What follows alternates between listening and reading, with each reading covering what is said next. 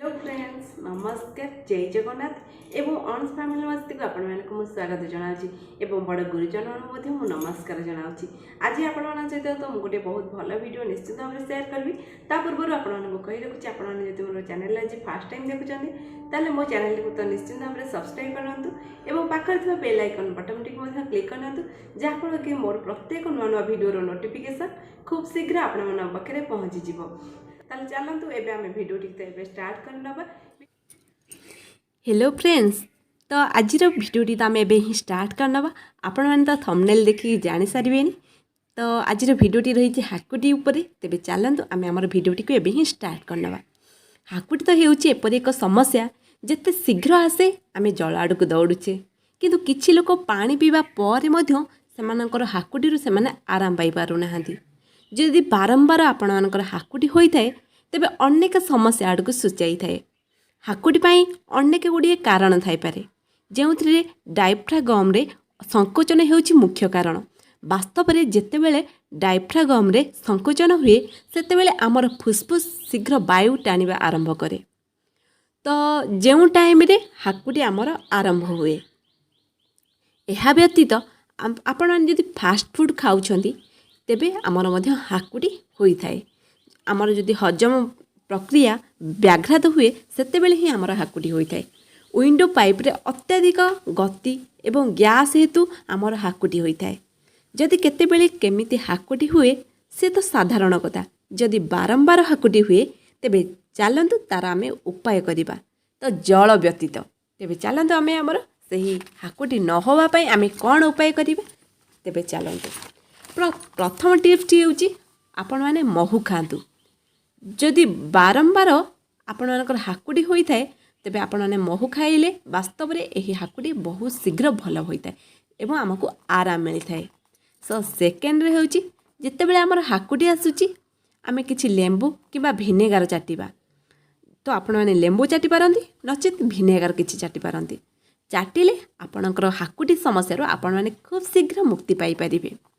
तृतीय होची जदि आपणकर हाकुटी आसुची आपण मैंने किछि चीनी किंबा लेंबू नियंतु एथिपई लेंबू को दुई भाग करी काटी दियंतु वर्तमान सेथिरे किछि चीनी छिंची दियंतु एहाकू आपण मानक जीभरे चाटंतु जहाँ फल आपण मानक खूब शीघ्र आराम पाई परिबे।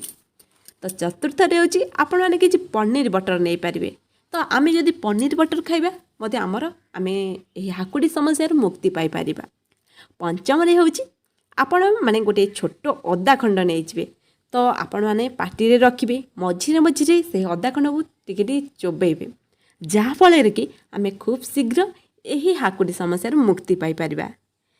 जदि आपण मानकर यही बहुत माने उपाय कला पर मध्य आपण मानकर यही हाकुटी समस्या आपण माने मुक्ति पाई पारनली तेबे आपण माने किछि ठंडा पानी बा बरफ पानी पियंतु देखिबे सेथिरु मध्य किछि आमे हाकुटी समस्या मुक्ति पाई परिबा।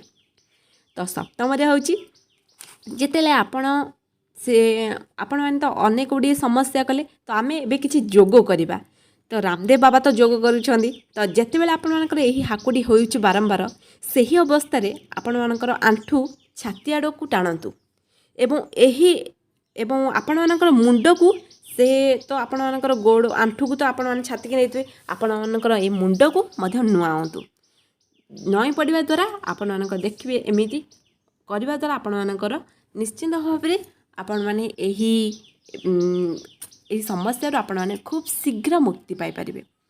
अष्टम होची जेतेबेले आपण मानकर तो अनेक गुड़ी आमे समस्या करछे तो एबे लास्ट समस्या आमे केमती उपाय करिबा तो आपण मानकर नाक को दुई हाथ रे धरिकी चिपंतु तो किछि समय पर 2 मिनिट नुहे तो 1 मिनिट करबा पर तो आमर हाकुटी खूब शीघ्र चली जाई थाए एवं आमे हाकुटी रे तो अनेक प्रकार माने प्रतिकार कहले आमे जहा कि आमर केते खूब शीघ्र केमिति भल होई परबा। तबे चलंत आज जानिबा आमर हाकुटी माने हेबा बेले आमे कोन करबा उचित नुहे। तबे चलंतु प्रथमतः आपण माने किछि गरम खाद्य चून एवं मद्यपान ठारू आपण माने दूरे रहंतु।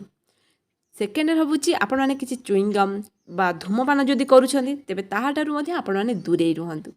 मसला युक्त खाद्य ठारू मध्ये दूरे रहंतु।